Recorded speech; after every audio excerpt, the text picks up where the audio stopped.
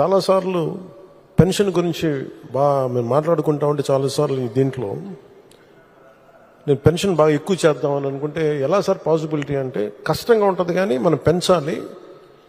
ఆయనకున్న ఆకాంక్ష కూడా ఏంటంటే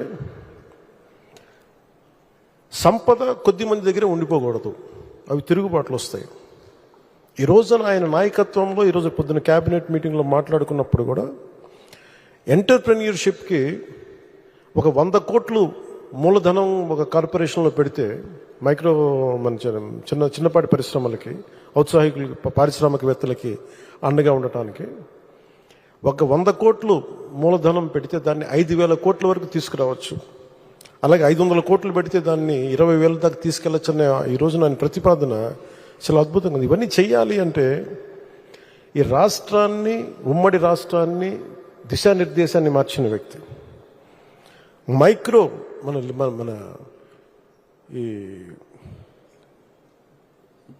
విపరీతం బలమైన సంస్కరణలు తీసుకొచ్చిన వ్యక్తి, SEZs ద్వారా కానీ అభివృద్ధి కానీ, అలాగే మన ఇజ్రాయలీకి సంబంధించి ఈ మైక్రో ఇరిగేషన్ ఇలాంటివన్నీ మొట్టమొదటి తీసుకొచ్చిన వ్యక్తి. చాలా సింపుల్గా ఉంటాయి. ఇంకుడు గుంతలు అంటే అది చూడటం చాలా మందికి ఆ టైంలో హాస్యాస్పదం, ఏంటి గుంతలు తవ్వుకోవడం ఏంటని. ఆయన దార్శనికులు, ఆయన హెడ్ చూడగలరు. దానికి చాలామంది మేధావులతో మాట్లాడాలి. అలాంటి మేధావులతో కూర్చొని వాళ్ళని అర్థం చేసుకొని తనతో పాటు సహచరులను ఒప్పించి ఈ రోజున ఒక ఇంకుడు గుంతలు అనేది మనకి ఒక మన ఇంటి నిర్మాణంలో ఒక భాగం అయిపోయింది. ఇలాంటి ఎన్ని తీసుకున్నా, చిన్నది పెద్దది ఎన్ని తీసుకున్నా అనునిత్యం నన్ను ఆశ్చర్యపరుస్తూనే ఉంటారు ఆయన. ఎప్పుడు చూసినా నాకు ఒకటి అనిపిస్తే ఈ నుంచి ఎంత నేర్చుకోగలం మనం, ఎంత ఆయనకి పక్కన ఉండి చేదోడు వాదోడుగా ఉండగలం. నాకు ఇదే తలంపు ఉంటుంది. అలాంటి పెన్షన్లు కూడా ఎలా పెంచగలం అంటే మనం పెంచుదాం, నాకు ఒక అవగాహన ఉందని. అది అడ్మినిస్ట్రేషన్లో కాకలు తీరిపోయి మునిగి తేలిన వ్యక్తికి అర్థమవుతుంది. మంచి మనసు ఉండొచ్చు, చెయ్యాలన్న తపన ఉండొచ్చేమో, కానీ దానికి తగ్గ అవసరమైన ప్రతిభ లేనప్పుడు, అనుభవం లేనప్పుడు, మనుషుల్ని కలుపుకెళ్ళగలిగే సమర్థత లేనప్పుడు అది ఎవరి వల్ల కష్టం అవుతుంది. అలాంటిది ఆయన అద్భుతంగా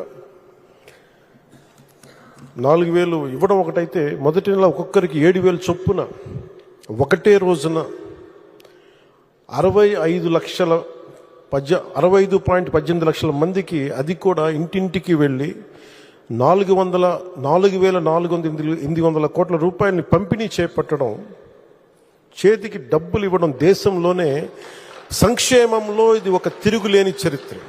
మనస్ఫూర్తిగా గౌరవ ముఖ్యమంత్రి గారికి నా ధన్యవాదాలు తెలుపుతున్నాను.